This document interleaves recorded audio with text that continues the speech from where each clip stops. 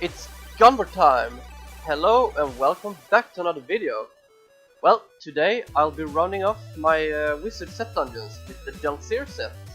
And where do you find that? Well, you go to Act 3 and you have to go to the Bastion Keep. And from there you don't take any waypoints, just move out of the gate here.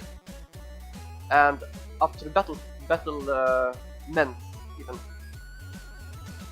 And then you just wanna move as far as you can away here. First away and right here. There it is. Okay, so I just want to point out that I did a very poor run this time because I got some, well, it was just me playing bad basically, but okay, let's go over the objectives. Kill monsters, blah blah blah, simultaneously catch 30 different enemies in a cast of slow time 3 times, and reflect projectiles. As you may have seen there, I just reflected 98 of 200, because you have to understand that you need 2 abilities. You absolutely must have 2 abilities in this dungeon, and that is Wave of Force with Impactful Wave rune, because that reflects projectiles. And if you can see here, yeah, that's what you need to do with 200 projectiles. The other thing is you need to catch 30 enemies with a slow time bubble, and that is a very, you need to understand that it says different enemies, because in the PTR this was extremely different, because then you could do it multiple times to the same enemies, and that was so easy, because then you could just, you know, get your cooldown off and just cast it multiple times. As you can see here, I'm trying desperately to just clump them together. It's not really that easy because of the ranged mobs.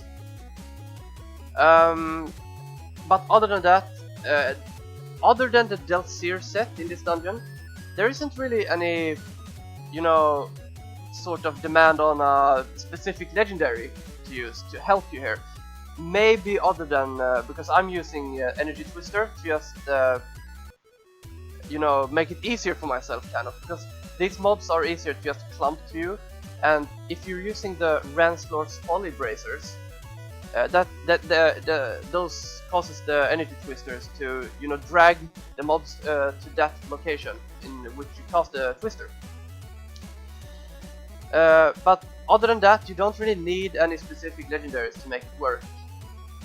Just don't play like this, because in this room I wasted so much time to just trying to kill the mobs, and those flies are annoying. Okay, so I just want to point out that this dungeon relies so heavily on RNG that it's not even fun.